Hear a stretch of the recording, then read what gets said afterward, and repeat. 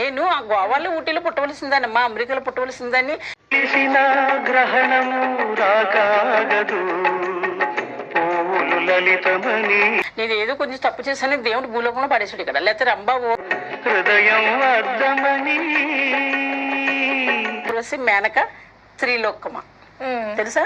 పగిలితే అతకదని తెలిసి బయట నడవచ్చు, ఎవరికి ఎంతమంది బాయ్స్ వస్తారో చూద్దాను, ఎంతమంది లేడీస్.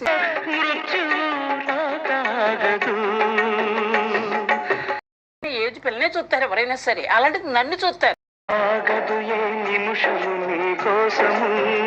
అర్థమైందా అని నేను అనుకుంటా. నేను తృప్తి పడతాను, మీరు తృప్తి పడతాను.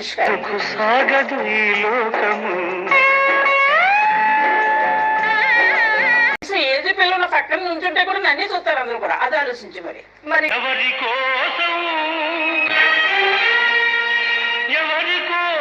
పెద్ద ఛానల్లోనే నన్ను జయప్రద అన్నారు, వేరే ఛానల్ అంటే నాకు లెక్కేం చెప్పు.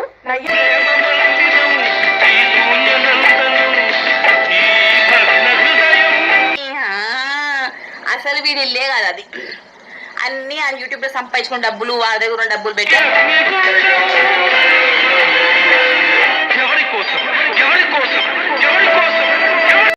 మోసం చేశారంటే నీకు బ్రతకను అంటున్నావు కదరా, అదే కదా దొంగ పూకు నాటకాలు మీవి అన్ని.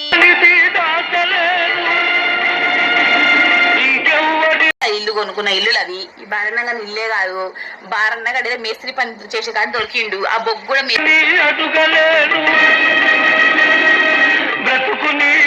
పని చేసే కాడ దొరికింది.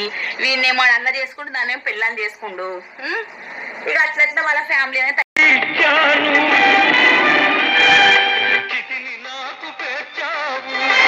అయింది. ఈ నాస్తి లేదు, వీనికి అంతస్తు లేదు, వీనికి ఏజ్ గేజ్ తప్ప ఏది లేదు. ఈ భరణగానికి ఏజ్ గేజ్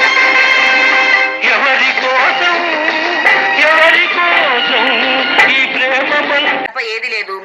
ఇల్లు అంతస్తు ఏది లేదు. ఇల్లు అంతస్తు గిన ఒకవేళ ఉంటే ఎంత సొంత ఆయన సొంత గ్రహణము రాకాగదు లలితమని ఉంటది.